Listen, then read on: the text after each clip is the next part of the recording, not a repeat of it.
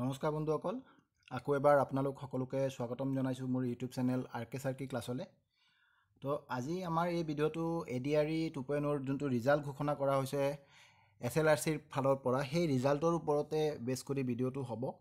আৰু ভিডিঅ'টো আৰম্ভ কৰাৰ আগতে মই নিশ্চয়কৈ ক'ব লাগিব যে আই এম ভেৰি চৰি এই কাৰণেই ক'ব লাগিব যে যিখিনি কাট অফ প্ৰিডিকশ্যন আমি আমাৰ চেনেলত দিছিলোঁ ADREৰ কাৰণে, সেইখিনি যদিও বিভিন্ন ধৰণৰ আপোনালোকৰ ৰেছপন্সৰ ওপৰত বেছ কৰি আছিলে, বিভিন্ন সময়ত আপোনালোকৰ পৰা পোৱা যোনটো কমেণ্ট আৰু কিবা পল সেইবিলাকৰ ওপৰত বেছ কৰি বনোৱা হৈছিলে, বা বিভিন্ন ধৰণত মই প্ৰথমত যেতিয়া কাট অফ বনাইছিলোঁ, কাট অফ ভিডিঅ' তাত মই আপোনালোকক দেখাইছিলোঁ যে বিভিন্ন ধৰণৰ চেনেলে কেনেকুৱা কাট অফ প্ৰিডিকশ্যন কৰিছে। তেনেকুৱা বিভিন্ন ধৰণৰ চেনেলৰ এভাৰেজ লৈ পেলাই সেই গোটেইখিনি আমি চাই চিতি আমি কাট অফ প্ৰিডিকশ্যন কৰিছিলোঁ। এতিয়া কথা হ'ল যে এক্সপেক্টেড কাট অফ ভিডিঅ' প্ৰিডিকশ্যনত বিভিন্ন চেনেলৰ, অকল আমাৰ চেনেল নহয়, বিভিন্ন চেনেলৰ যোনটো এক্সপেক্টেশ্যন আছিলে সেইটো কিন্তু অৰিজিনেল কাট অফত মিল খোৱা দেখা পোৱা নাই।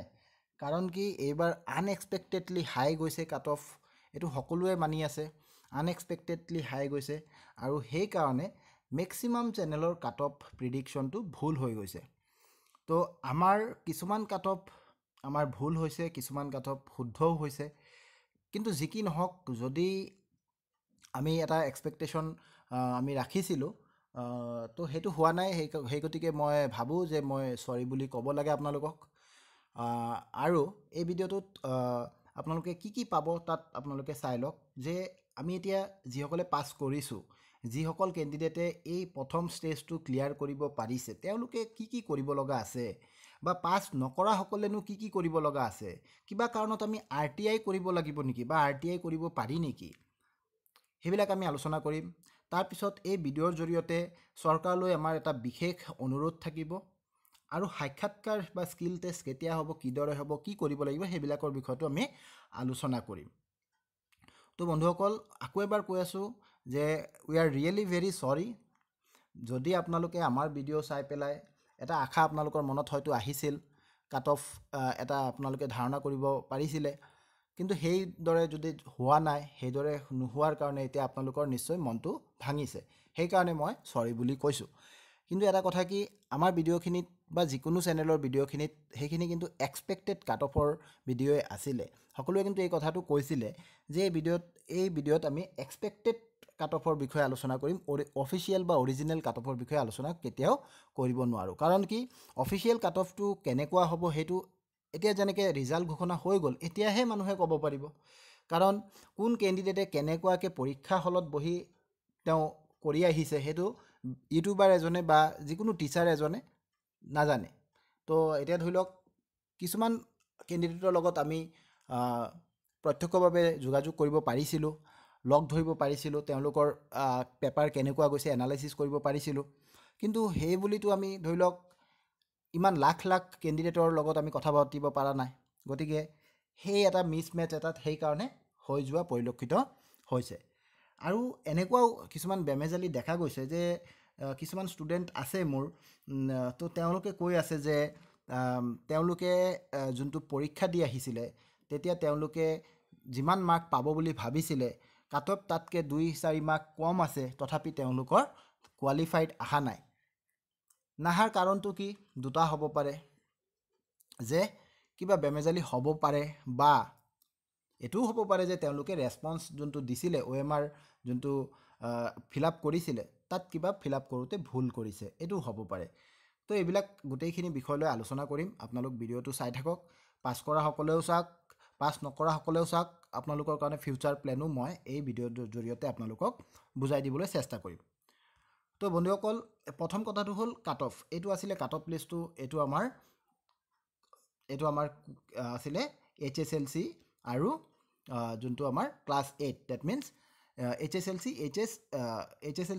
HS আৰু ক্লাছ 8 লেভেল, ডেট মিনছ আপোনাৰ গ্ৰুপ ডি, আৰু এইটো আছিলে গ্ৰুপ চিৰ কাৰণে, মানে গ্ৰেজুৱেট লেভেল আৰু HS লেভেলৰ। তো ইয়াত চাব পাৰে আপোনালোকে কাট অফটো আপোনালোকে নিশ্চয় চাইছে, আজি 2 দিন হৈ গ'ল কাট অফ ওলোৱা। তো কথাটো হ'ল যে ইয়াত কেইবাটাও প্ৰশ্ন আছে। আমাৰ বিশেষকৈ ক'ত প্ৰশ্ন আছে জানেনে? আমাৰ বিশেষকৈ প্ৰশ্ন আছে এইটো 2.5 তাৰপিছত এইটো -3.75 এইকেইটা কাট অফত আমাৰ অলপ মানে বেয়া লাগিছে ইয়াত যেনেকৈ 11 হয়নে এনেকুৱা বহুত কাট অফ আপুনি দেখা পাব যোনকেইটা মানে বহুতেই কম নম্বৰত তেওঁলোকে পাছ কৰিব পাৰিছে 4.75 তো এইবিলাকৰ বিষয়টো আমি আলোচনা কৰিম এতিয়া চাওক আমি যোনটো কাট অফ প্ৰিডিকশ্যন কৰিছিলোঁ ক'ৰবাত আমাৰ প্ৰিডিকশ্যনটো মিলিছে কেনেকৈ মিলিছে এইটো চাব পাৰে আপোনালোকে যোনটো HS লেভেলৰ যোনটো আমি কাট অফ প্ৰিডিকশ্যন কৰিছিলোঁ সেইটো প্ৰায় মিলিছে এইটো HS লেভেলৰ আপোনাৰ 12 পাছৰ যোনটো কাট অফ আছিলে এইখিনি আপোনালোকে চাব পাৰে যোনটো আমাৰ URৰ কাৰণে আহিছিলে 119.50 হয়নে 119.50 তো এইটোৰ কাৰণে আমি কি প্ৰিডিকশ্যন কৰিছিলোঁ চাব পাৰে জেনেৰেলৰ কাৰণে আমি প্ৰিডিকশ্যন কৰিছিলোঁ 105ৰ পৰা 115 তো 115ৰ পৰা 119.5 আৰু সেই ভিডিঅ'টোতো আমি কৈ দিছিলোঁ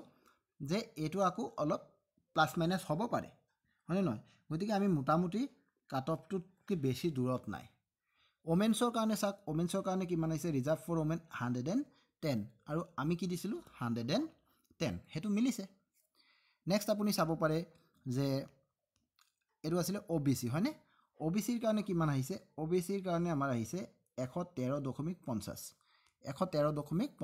আমাৰটো কি আছিলে 115 লৈকে আমাৰ ৰেঞ্জটো আছিলে গতিকে ৰেঞ্জৰ ভিতৰতে আহিছে OBC ওমেনৰ কাৰণে কিমান আছে OBC ওমেনৰ কাৰণে আছে 104.50 আৰু আমাৰ OBC ওমেনৰ কাৰণে আছিলে 110 লৈকে ৰেঞ্জ আছিলে 100 পৰা গতিকে ৰেঞ্জৰ মাজতে আহা দেখা গৈছে এনেকুৱাকৈ আপোনালোকে চাব পাৰে কিছুমান কাট অফ আমাৰ মিলিছে এই ক্লাছ 12 লেভেল মানে HS লেভেলৰ যোনটো কাট অফ আছিলে এই গোটেইখিনি আমাৰ যোনটো আমাৰ ৰেঞ্জ আছিলে আমি দিয়া ৰেঞ্জৰ নিচিনাকৈ মিলিছে কিন্তু বহুত জেগাত মিলাও নাই এতিয়া কথা হ'ল আমাৰ এটা বিশেষ অনুৰোধ আছে চৰকাৰলৈ আপোনালোকে এই ভিডিঅ'টো শ্বেয়াৰ কৰক যাতে চৰকাৰৰ কোনবা নহয় কোনবা পাৰ্টিৰ ওচৰত এই ভিডিঅ'টো গৈ পাই যায় আৰু যাতে আমাৰ অনুৰোধটো তেওঁলোকে শুনে কি অনুৰোধ আছে এইটো ছাত্ৰ ছাত্ৰীৰ হৈ আমি অনুৰোধ কৰিব বিচাৰিছোঁ দুটা বিশেষ অনুৰোধ আছে এক নম্বৰ অনুৰোধ যে সকলো কেণ্ডিডেটে কি কৰিব লাগে পাৰ্চনেল যোনটো মাৰ্ক আছে তেওঁৰ পাৰ্চনেল মাৰ্কটো তেওঁ জানিব পৰা হ'ব লাগে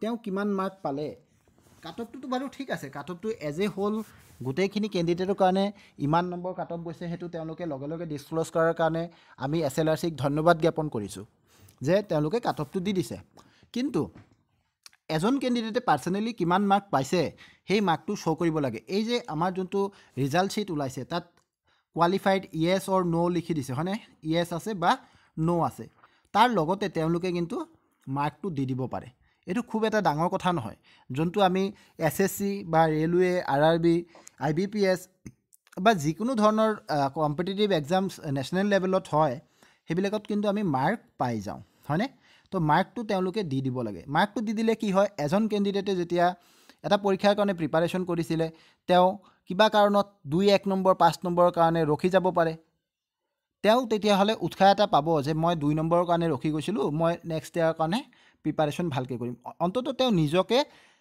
ইভালুৱেট কৰিব পাৰিব যে মই আগত ক'ত আছিলোঁ এতিয়া বৰ্তমান মোৰ ষ্টেণ্ডাৰ্ডটো কি হৈছে সেইকাৰণে মাৰ্কছটো দিয়া খুব জৰুৰী আৰু এটা কথা কি মই যে চিটুৱেশ্যনটো ক'লোঁ কেইবাজন ষ্টুডেণ্টে মোক ক'লে যে আমি যিমান হিচাপ কৰিছিলোঁ আমি সেই হিচাপত আমাৰ কাট অফ ক্লিয়াৰ হ'ব লাগে যোনটো কাট অফ আহিছে কিন্তু আমাৰ নামটো অহা নাই তো সেই কেণ্ডিডেটজনে আজি যদি মাৰ্কটো পাই গ'লে হয় কিমান নম্বৰ পাইছে তেওঁ তেতিয়াহ'লে তেওঁ সেই বস্তুটো চাব পাৰিলে হয় ইমান ডাঙৰ এটা ৰিক্ৰুইটমেণ্ট প্ৰচেছ তাত মানে মই নকওঁ যে খেলিমেলি কৰিছে খেলিমেলি নহয় কিন্তু এৰৰ হ'ব পাৰে হিউমেন এৰৰ যিকোনো জেগাত হ'ব পাৰে এইটো কোনো ক'ব নোৱাৰে যে এৰৰলেছ হয় হিউমেন যদি হয় যোনে এই কামটো চাই আছে তেওঁ এৰৰলেছ হ'ব নোৱাৰে কেতিয়াও নোৱাৰে মানে এৰৰলেছ মানুহ নাই যিকোনো মানুহে কিবা নহয় কিবা এৰৰ থাকিব পাৰে গতিকে এই প্ৰচেছটোত এৰৰ নহ'ব তেনেকুৱা কোনো কথা নাই আমি সেই বস্তুটো কোৱা নাই যে তেওঁলোকে ইচ্ছা কৰি খেলিমেলি কৰিছে কিন্তু মিষ্টেকটো হ'ব পাৰে ন এইকাৰণে এই মাৰ্কছখিনি তেওঁলোকে ডিছক্ল'জ কৰা খুব দৰকাৰী আমাৰ এইটো প্ৰথম অনুৰোধ চৰকাৰলৈ আৰু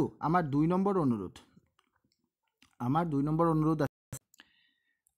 নম্বৰ অনুৰোধটো হ'ল এইটো হ'ল আমাৰ নম্বৰক লৈ পেলাই অনুৰোধ এই নম্বৰটো চাওক আমি যে চাৰ্কুল কৰিছিলোঁ অথনি এই যে চাৰ্কুল কৰা নম্বৰবিলাক 2.50 4.75 15 -3.75 এইবিলাক নম্বৰ লৈ আমি এটা অনুৰোধ কৰিব বিচাৰিছোঁ চৰকাৰক য'ত নাকি যোনটো পৰীক্ষা পাছ কৰিবলৈ এজন URৰ মেল কেণ্ডিডেটে 91 পাব লাগে, এজন ইউআৰৰ ওমেন কেণ্ডিডেটে 85 পাব লাগে, হয়নে?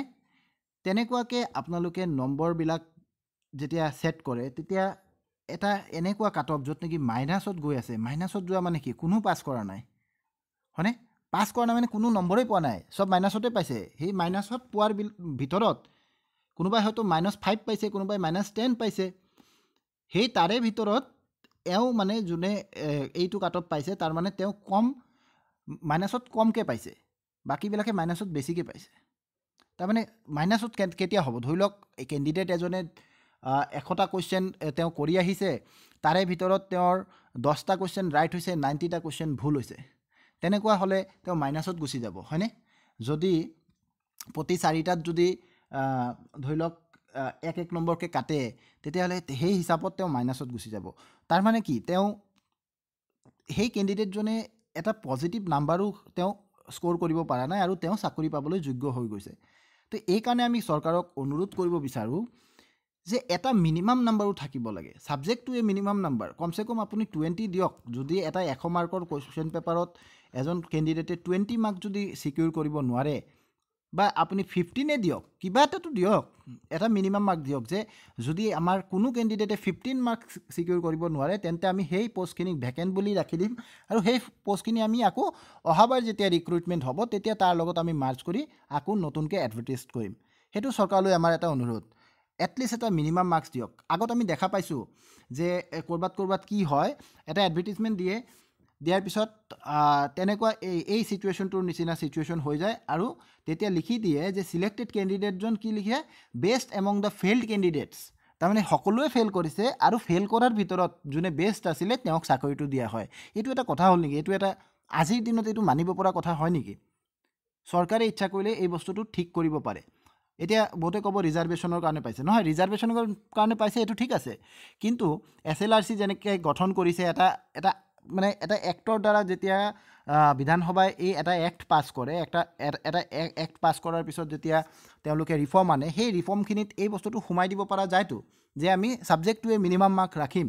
যেতিয়া আমি পৰীক্ষাৰ কাৰণে যাম, যেতিয়া আমি ৰিক্ৰুইটমেণ্ট প্ৰচেছৰ কাৰণে পৰীক্ষা পাতিম, সেই পৰীক্ষাত এটা ছাবজেক্টটোৱে মিনিমাম মাৰ্ক থাকিব।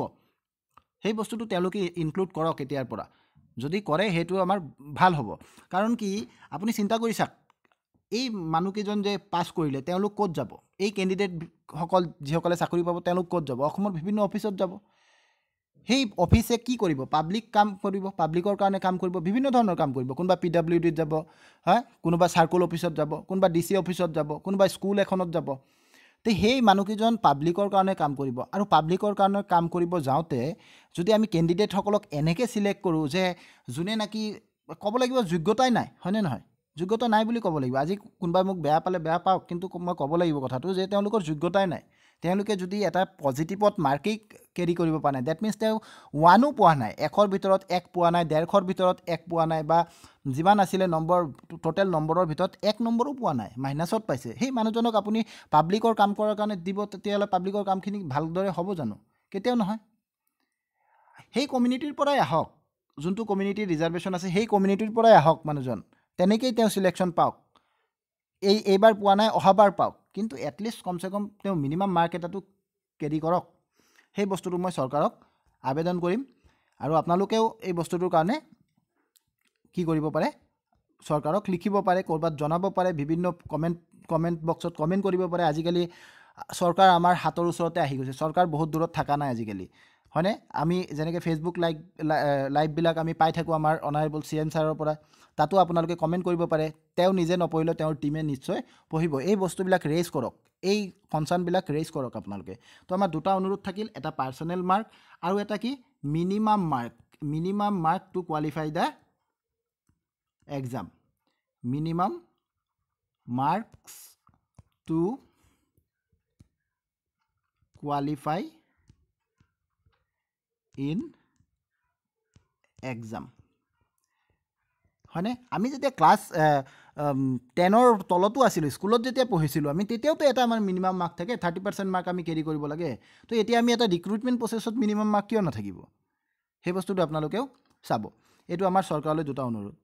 এতিয়া চাওক, সেকেন্ড কোৱেশ্চন আহি গ'ল যে সাক্ষাৎকাৰ বা স্কিল টেষ্ট কেতিয়া হ'ব সাক্ষাৎকাৰ আৰু স্কিল টেষ্ট কেতিয়া হ'ব এইটো মুখ্যমন্ত্ৰীয়ে কৈ দিছে এইটো হোৱাৰ কথা আছিলে এপ্ৰিল মাহতে যেহেতু এইটো মাৰ্চ মাহত ৰিজাল্ট দিলে মাৰ্চত আৰু এপ্ৰিলত মাৰ্চৰ পৰা আৰম্ভ কৰি এপ্ৰিললৈ হোৱাৰ কথা আছিলে কিন্তু এতিয়া নহয় কিয় নহয় আমাৰ আহি গ'ল ইলেকশ্যন পঞ্চায়ত ইলেকশ্যন অহাৰ কাৰণে পঞ্চায়ত ইলেকশ্যনটো যিহেতু আগত আমাৰ মেট্ৰিক আৰু হায়াৰ ছেকেণ্ডেৰী পৰীক্ষাৰ কাৰণে পাতিব পৰা নাই এতিয়া এপ্ৰিল মাহত পঞ্চায়ত ইলেকশ্যন হ'ব এপ্ৰিল মাহত পঞ্চায়ত ইলেকশ্যন হোৱাৰ কাৰণে আমাৰ সাক্ষাৎকাৰ বা স্কিল টেষ্ট এপ্ৰিল মাহত হ'ব নোৱাৰে তো এইটো আৰম্ভ হ'ব মে' মাহত মে' মাহৰ পৰা আৰম্ভ কৰি 1.5 মাহ সময় লাগিব তাৰমানে আপোনালোকে ধৰিব পাৰে মে' আৰু জুন এই দুটা মাহ সাক্ষাৎকাৰ আৰু স্কিল টেষ্টত গুচি যাব ফাইনেল ৰিজাল্ট ওলাওতে জুলাই আগষ্ট হৈ যাব গতিকে আপোনালোকৰ জুলাই আগষ্টত ৰিজাল্ট ওলাব আৰু আপোনালোক চাগে ছেপ্টেম্বৰত জইন কৰিব পাৰিব যিসকলে চাকৰিটো পাব নতুন চাকৰিত আপোনালোকে ছেপ্টেম্বৰ মাহত জইন কৰিব পাৰিব এনেকুৱা এটা আশা দেখা গৈছে আৰু তাৰ পিছতে নতুনকৈ আকৌ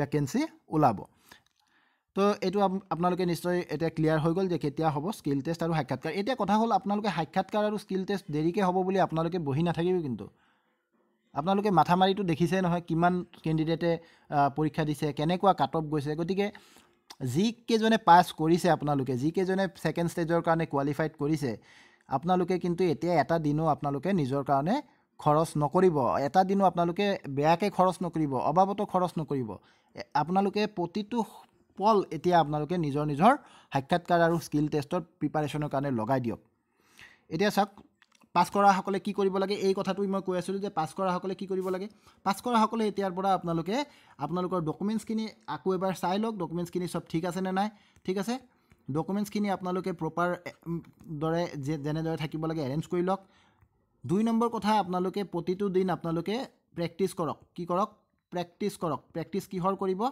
প্ৰেক্টিছ কৰক আপোনালোকে স্কিল টেষ্ট আৰু ইণ্টাৰভিউৰ কাৰণে আমাৰ চেনেলত আপোনালোকে পাব ইণ্টাৰভিউৰ আতিগুৰি একদম ইণ্টাৰভিউৰ মানুহ এজন কেনেকৈ সোমাব লাগে কি ড্ৰেছ পিন্ধিব লাগে কেনেকুৱা পিন্ধিব নালাগে মানুহজনৰ গাত টেটো থাকিলে কি কৰিব মানুহজনে কি ধৰণে কথা পাতিব লাগে কি প্ৰশ্ন আহিব পাৰে কি বেকগ্ৰাউণ্ডৰ প্ৰশ্ন আপোনাক সুধিব পাৰে কেনেকুৱাকৈ উত্তৰ দিব প্ৰশ্নৰ উত্তৰ দিব নাজানিলে কি কৰিব এই গোটেইখিনি আমি সামৰি ইণ্টাৰভিউ সিৰিজ এটা চলাইছোঁ ইণ্টাৰভিউ গাইডেন্স বুলি মোৰ এটা প্লেলিষ্ট আছে তাত আপোনালোকে চাওকগৈ তাত আপোনালোকে চাই পেলাই উপকৃত হ'ব সেইটো আপোনালোকে নিশ্চয় চাওক স্কিল টেষ্টৰ কাৰণে এতিয়া মই কৈ আছোঁ যে স্কিল টেষ্টৰ কাৰণে আকৌ এবাৰ কৈ দিওঁ আগতেও কৈছোঁ যে আপোনালোকৰ বিশেষকৈ MS Excel MS PowerPoint আৰু MS ৱৰ্ডৰ ওপৰত প্ৰশ্ন আহিব যিসকল ডিগ্ৰী উইথ কম্পিউটাৰ আছিলে তেওঁলোকৰ কুৱেশ্যনটো অলপ হাৰ্ড হ'ব পাৰে থাকিব এই তিনিটাই কিন্তু তাত অলপ হাৰ্ড কিছুমান বস্তু সোমাই দিব আৰু যিসকলৰ উইদাউট কম্পিউটাৰ আছিলে বা হায়াৰ ছেকেণ্ডেৰী পাছ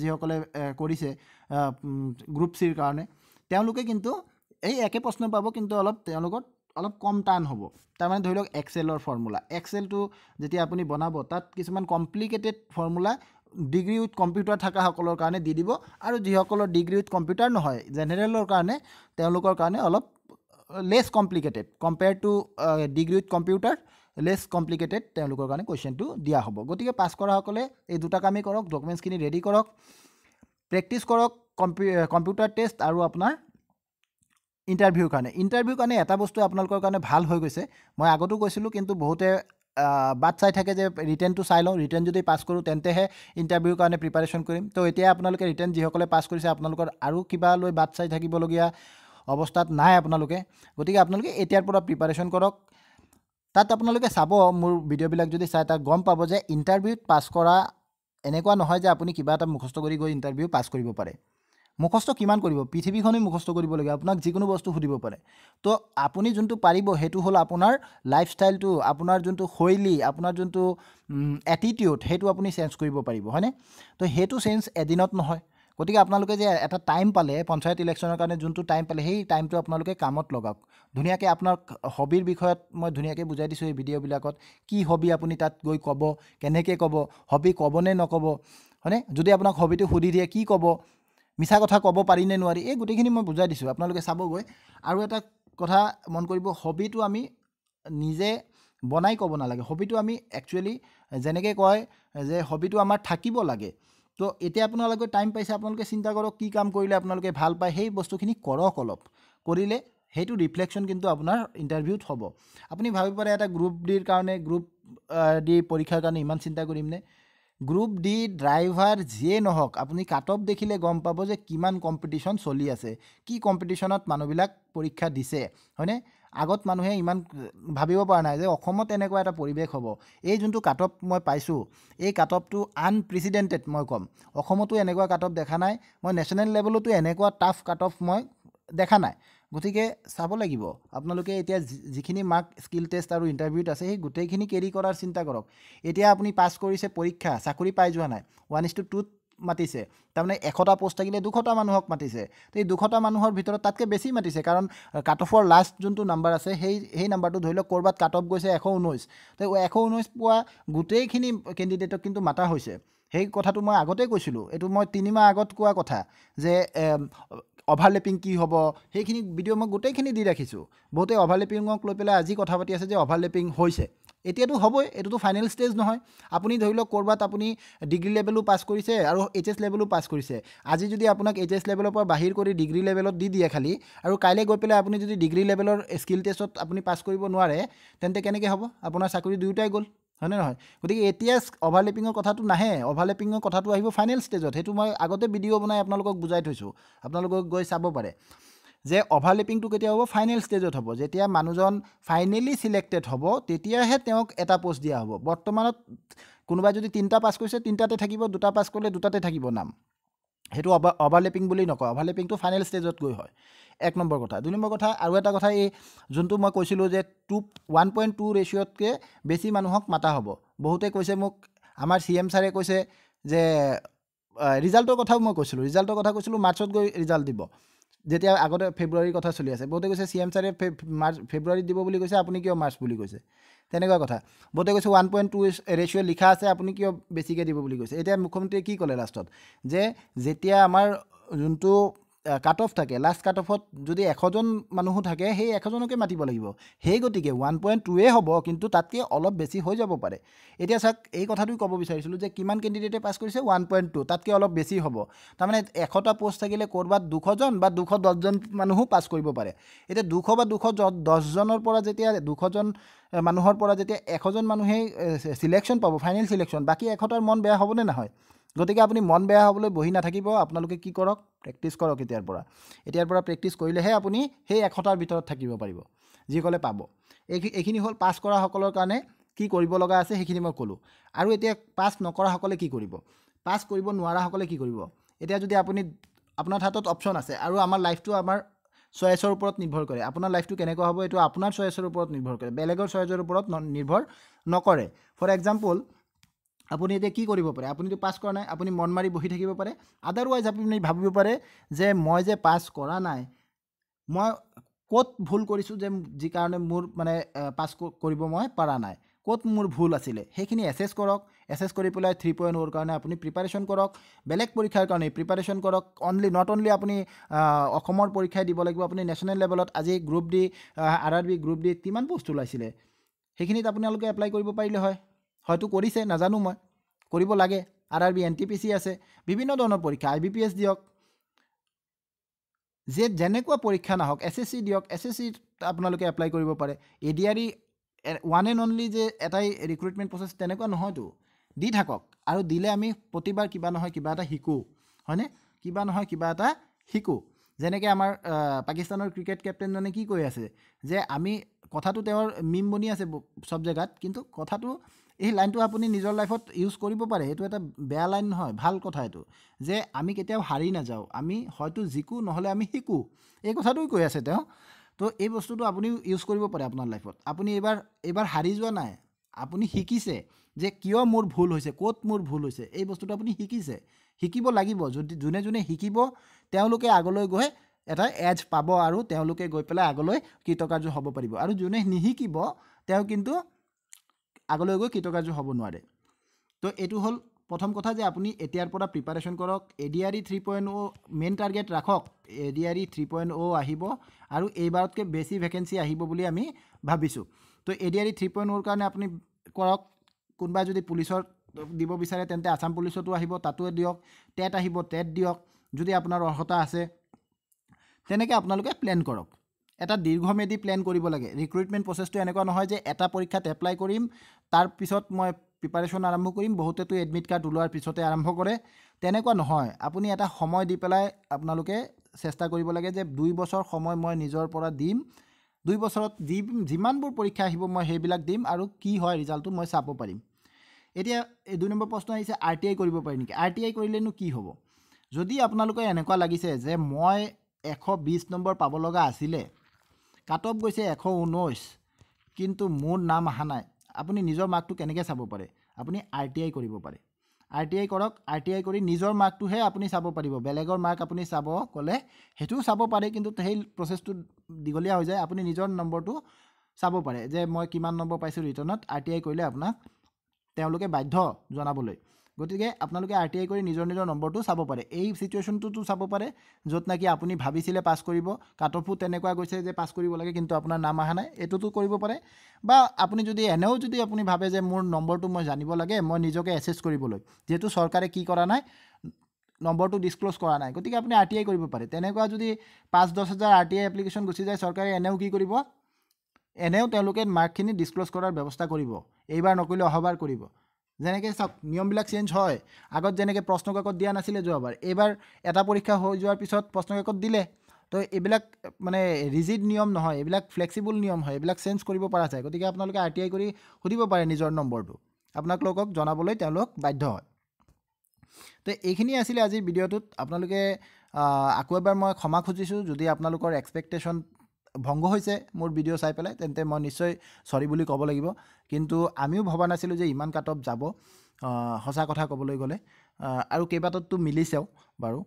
তো আপোনালোকে এতিয়া যি হৈ গৈছে সেইটোলৈ চিন্তা নকৰি, কোনোবাই পাছ কৰিছে সেইটো বেছি ফূৰ্তি কৰি থাকিব নালাগে, কোনোবাই পাছ কৰিব পৰা নাই গতিকে সেইটোলৈ বেছি দুখ কৰি থাকিব নালাগে। আপোনালোকে ভৱিষ্যতৰ কাৰণে পৰিকল্পনা কৰক আৰু পৰিকল্পনা কৰি আপোনালোকে আগুৱাই যাওক। সেইখিনি কৈ মই ভিডিঅ'টো অন্ত মাৰিম। আপোনালোকে প্ৰিপাৰেশ্যনত মোক লগ পাই থাকিব। বিভিন্ন ধৰণৰ ভিডিঅ' মই চেনেলত আনি থাকিম প্ৰিপাৰেশ্যনৰ কাৰণে।